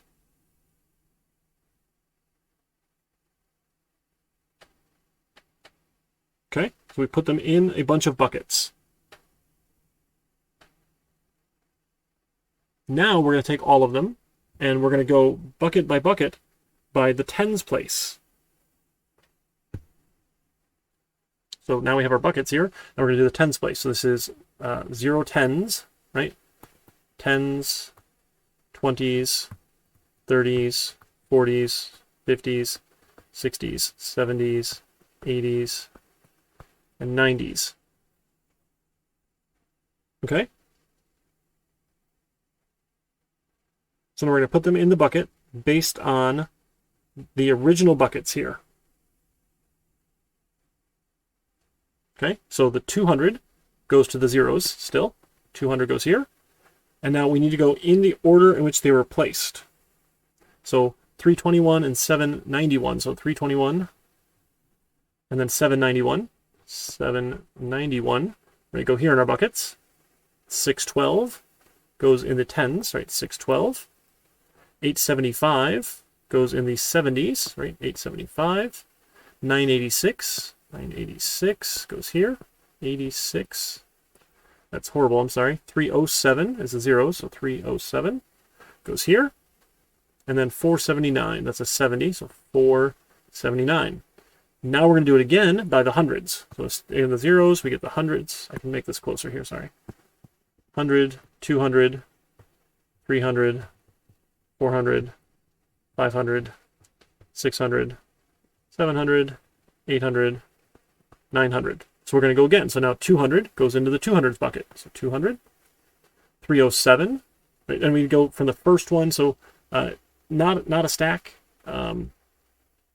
just a queue essentially. So then 307, right, goes in the 300s. So 307 goes here, and then 612 is going to go to 612 over here, and then 321 is a 300, so it's going to go next 321, right?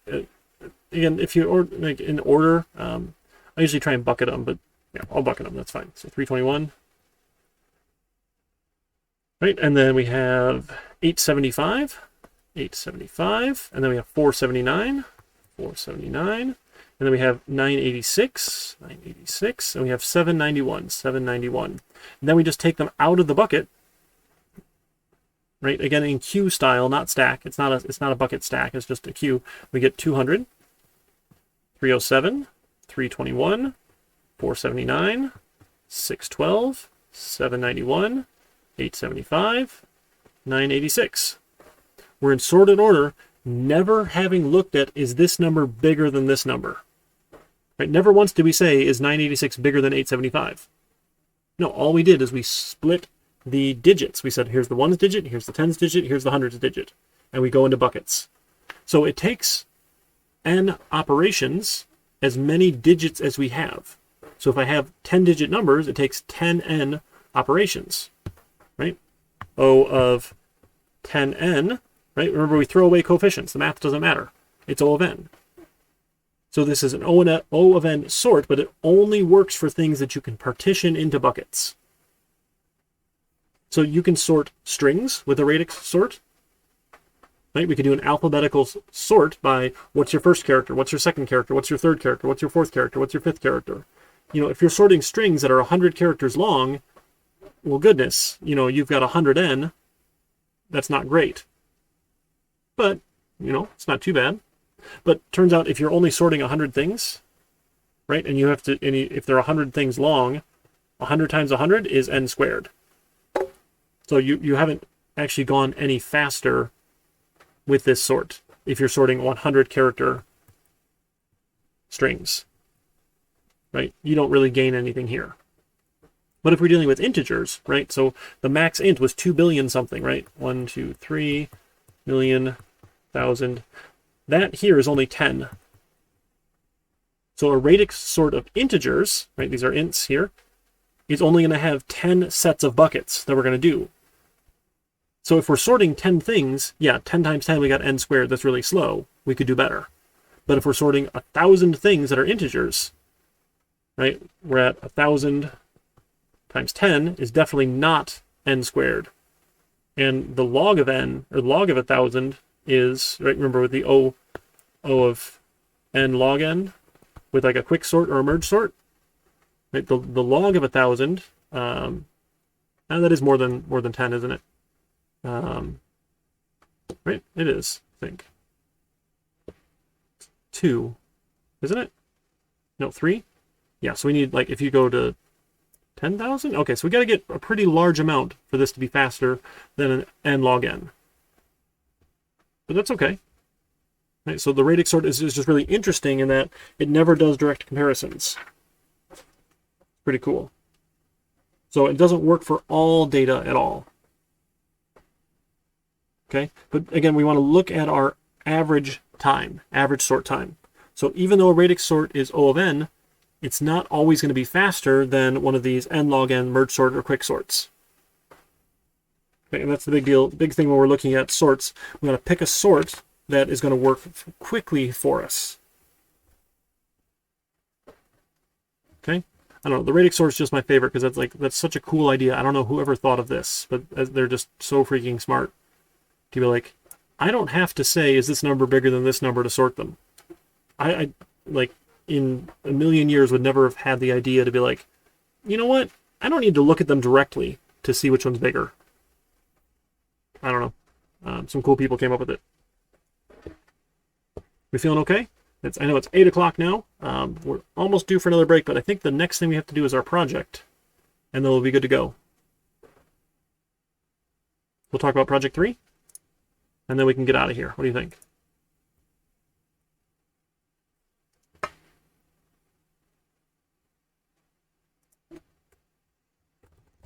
Project 3, due in 2 weeks from tonight. That's the 30th of June by 6 p.m. And let me go add a new grade here for Project 3. I'll make this one probably 20 points, right? Project 2 was 15, this will probably be 20. It's a little more stuff we're doing here. So it actually does not involve sorts, because writing your own sorts is kind of silly. Like it's fun to look at them and analyze them and to see how they work, and you'll understand how they work better if you write them, but they're all out there online anyway. Right? Obviously, all the solutions are out there for sorts because they've already been written, because all the smart people have already sorted stuff. So this will be a project on recursion. Okay?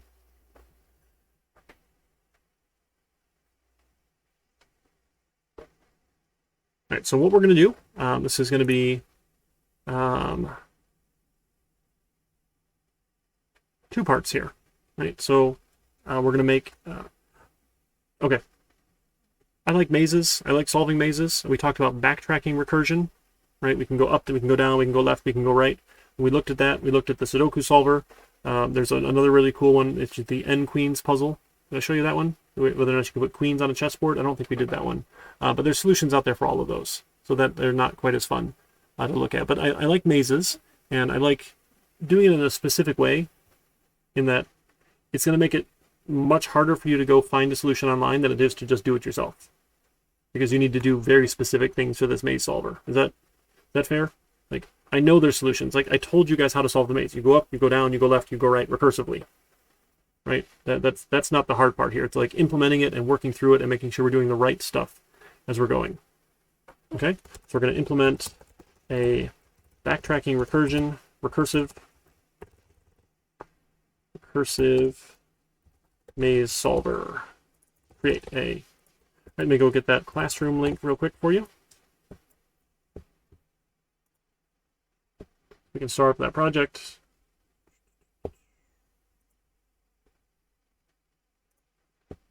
All right. So please submit the feedback URL along with a self-assessment using the rubric. Okay. We're going to make this recursive. There's an R there, right? Backtracking recursive maze solver. So that backtracking is the piece where we try something, and if it doesn't work, we have to undo. We try something, if it doesn't work, we have to undo. We're going to keep going until we either solve it or we get stuck. Right? And then we're going to undo. That can calculate the shortest possible path in a maze as a 2D array / array list. Okay? So we're going to also create a random maze generator. that creates a random maze, a random 2D maze. So we're going to have X for a wall, 2D maze, 2D char, array list. So use characters. Okay, so X for a wall, we're going to have S for start, E for end, does not need to be at 0, 0, right? And does not need to be at, I don't know, size. So if you imagine a maze, right? So, don't grab things, just scroll down. So imagine a maze like being a grid here, right? And they don't even have to be square. Rectangle's okay. So maybe this is like, here's a wall, here's the start, here's a wall, here's a wall. We're going to have just a space character, right? Just an open space. I'm going to show it with an underscore because it doesn't look like anything, but it's just, quote, here for a space, right? So we're going to generate random mazes. Where is it here? There we go. That's the shortest possible maze, shortest possible path, or it says if it's unsolvable. Right? It's possible because we're randomly generating them that they're not solvable. A wall, a space for an open path or something, open. Okay, start for S for start, E for end. Okay, so we want to generate these randomly as a 2D array or 2D array list. Either one's perfectly fine. Maze length of, let's go from 5 to 20 and a width of 5 to 20. Okay, so some rectangular shape, at least 5 by 5, no more than 20 by 20. Right, and the length and width can be random. So it might be a skinny maze, right? That's just really tall, or maybe it's a really wide maze, or maybe it's a perfect square. Right? It's random. We'll generate a random one. We'll put a wall, on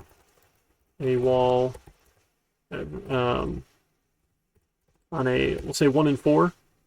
No, it's not great. Yeah, that's fine. We'll say 1 and 4. So 1 in 4 chance of being a wall,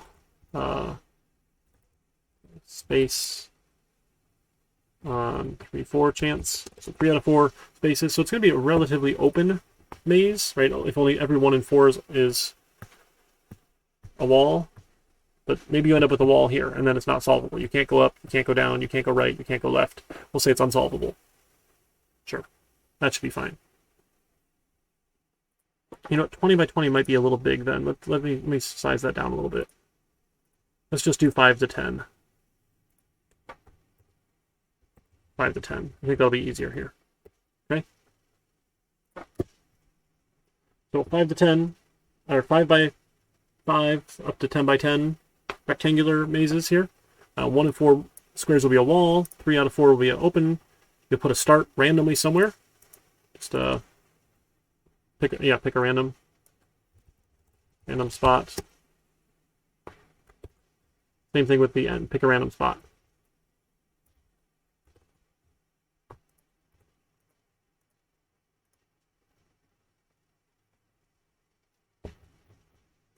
Okay, so we're going to, if a maze is solvable, so we're going to generate 100 random mazes and print the maze if it's solvable, along with the shortest number of steps needed to solve it. So print the blank maze. Print the unsolved maze. So print it if it's solvable, but the unsolved version of it to see if it's solvable. Because that way we're going to generate a bunch of mazes to keep my kids busy. Right? And this 1 in 4 might be a little rough, but that's okay. You can tweak this, but I don't know, or some other chance. The higher this gets, the more likely it is that it's unsolvable, but that's okay. We want to do, maybe we need to do more than 100 then, right?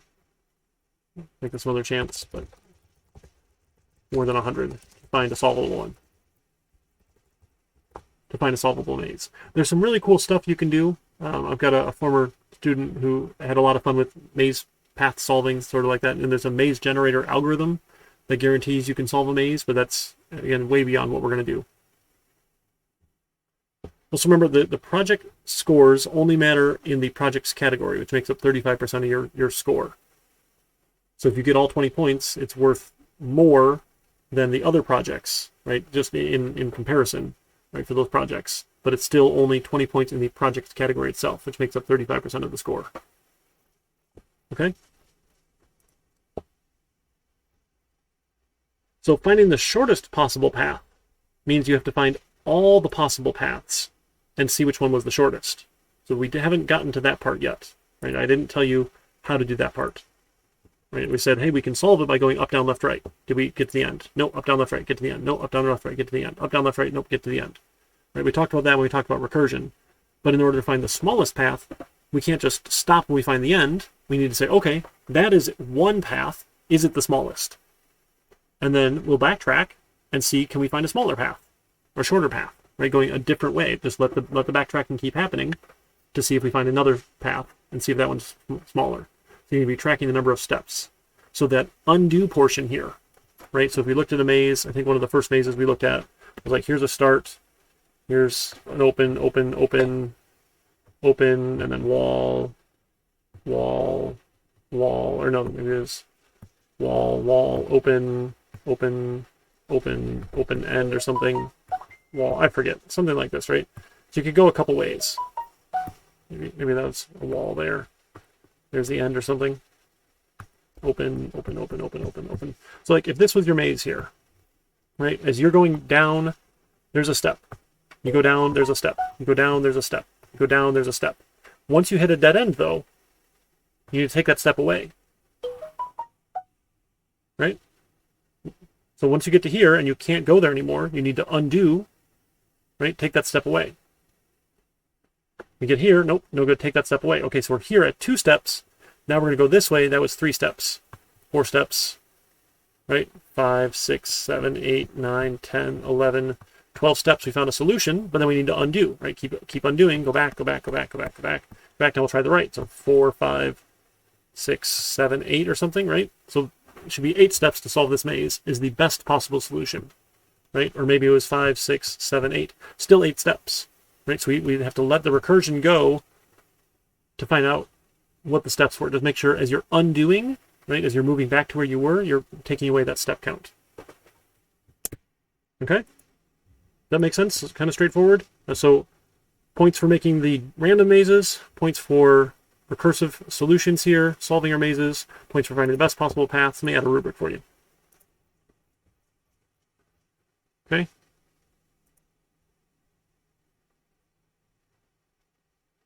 Yes, create a new rubric. There it goes. Okay, so this is project 3. Get rid of some of these. It is missing. There's no points and complete. We'll say it's 5 points here. 5 points. So this is random maze generation. 5 by 10 width. 5 by 10 length. Okay. Maze solver can uses backtracking recursion to solve a maze. 5 points. Maze solver calculates the best possible or shortest possible path, right? Shortest possible path. 5 points for that. So if all you get is a solution, but you can't find the shortest, sure. And then prints, retries, generates 100 mazes and prints solvable mazes and their shortest path. Okay, 5 more points for doing that. All right. So if you don't want to do a random maze to start, that's fine. Tackle that after. Let's just see, can we solve a maze? Can we solve it at all? Okay, once we do that, can we solve it with the shortest possible path? Okay, now let's make a random maze. Can I solve random mazes? Okay, now let's try it 100 times and print just the solvable ones. Okay? So in your maze class that does this backtracking recursion, like we wrote that Sudoku class, you might have a way, like a value, right, after you've solved it that says, what is the shortest possible path? You might have a method that returns that. If it's not solvable, maybe you return -1 or 0, right? Some sort of value that means it's not solvable. Or you could even have a Boolean for is solvable if you wanted as an argument, or an attribute with a method. Okay, totally up to you. These overall score things are dumb. This is not like an English paper. I wish I could just turn that off. And we're getting closer here to our final project. We've got project 3, project 4, and then the final project.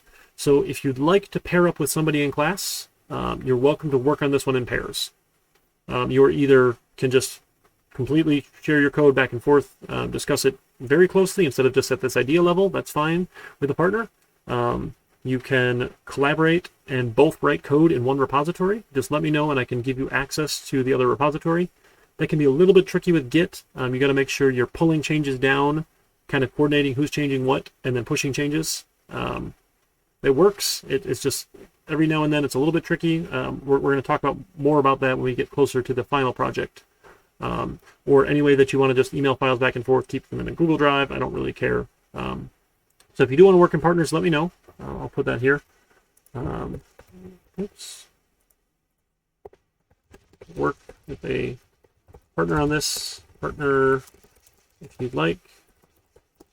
But both partners to submit individually or D2L. Individually. Come on. Tell me you know what that word is. Individually. Okay, there we go. Missing some letters. If you don't submit individually in D2L, it's not going to tell me to grade it. That's the big thing here. So when you do submit, please tell me who you worked with. Okay? So lots of options. All right, we're going to do our maze solver here. We're going to have some fun. Any questions, thoughts, concerns? We got a little more time. You guys can look up the merge sort and quick sort if you want to follow along those algorithms. Again, it's this idea we're dividing and conquer. Dividing and conquering. It's recursive, right? If I have a big problem, can I make it smaller into a problem that is easier to solve? Can I make it smaller into a problem that's easier than solve? If I get down to 2, it's super easy to sort 2. And I think in real life, in the quick sort, there's some number, and I forget exactly what it is, that it'll just do like an insertion sort style, because that's quick enough. You don't need to keep doing those dividing. I forget exactly what number that is, but that's the idea. And we all care about the performance, right? The average performance. Pretty cool. Yeah, so you're welcome. You can post in the discussion place here if you want to try and find your partner or you work with your study partner who you've been talking with, hopefully. Totally up to you. Okay, but no more than partners. Okay, only 2 for this. All right. Any other questions, thoughts, or concerns? Folks did great tonight. Sorting, it's a little bit conceptual, but you kind of work through them to help you understand it a little bit better, and hopefully it makes a lot of sense. The selection sort and insertion sort are easy, but they're really slow, right? So we don't often use them, but they're the easy ones to do. This sort of generic stuff was crazy, where it's a T that is comparable, but that's nice with a comparable interface. Your T must be comparable with at least a superclass T. So if you have a subclass, that's fine. So you can sort anything that's comparable. So we could sort cards using our own selection sort and insertion sort. If we wanted to make a subclass of card, I don't know what you would do with that, but sure. Maybe if we were like selling cards, here's a mint condition card, that'd be an attribute we could add. This one is not mint condition, this is average condition, this is poor condition for all of you who are selling your Pokemon cards. Right, you have to get them graded first. Maybe you could do that for card, but again, sure. All right, so I'll post all this code out to GitHub. This is sorts. No, things will not be graded by tonight. I'm working on getting caught up. I still have the previous project to work through first. So, but if you did your self-assessment, you should feel pretty good about the points that you did get. That's my consolation prize for me being slow, is that it's all based on the rubric by the points. So the portions you did complete, you'll get the points. The portions you didn't complete, you won't get the points. And if you got it halfway done, maybe you'll get half the points, right? I'll do partial points within those categories as well. So if it's sort of there, but not quite, then you'll get some partial, okay? All right, we should go head off and find someone else doing something interesting on Twitch. Are you folks fans of D&D? I think we got more D&D tonight. Let's see who's playing tonight. Yeah. Ooh, the Dragon Heist Part 2. You folks want to go watch that?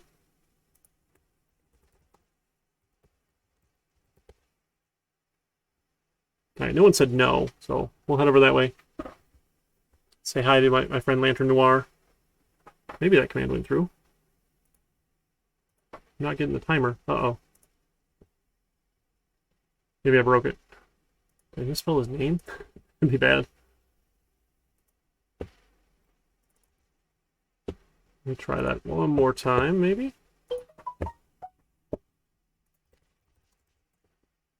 No, I think I got it right. Maybe it's just not working. Alright, well, that's alright if it's not going to work. I don't know what it's doing. It's confused. Okay, let me put back on my ending screen here. If you have questions, thoughts, concerns, I've got office hours tonight. Feel free to drop on by. I do have one appointment at 10, but I should be free after that. We can talk and let me know. Let me know what I can do for you. We've got individual tutoring you book with our tutors. You've got office hours for me. If you can't meet my regular office hours, we can make an appointment. It's perfectly fine. Happy to try and make something work for you, okay? So we know. You folks take care. I'll see you around.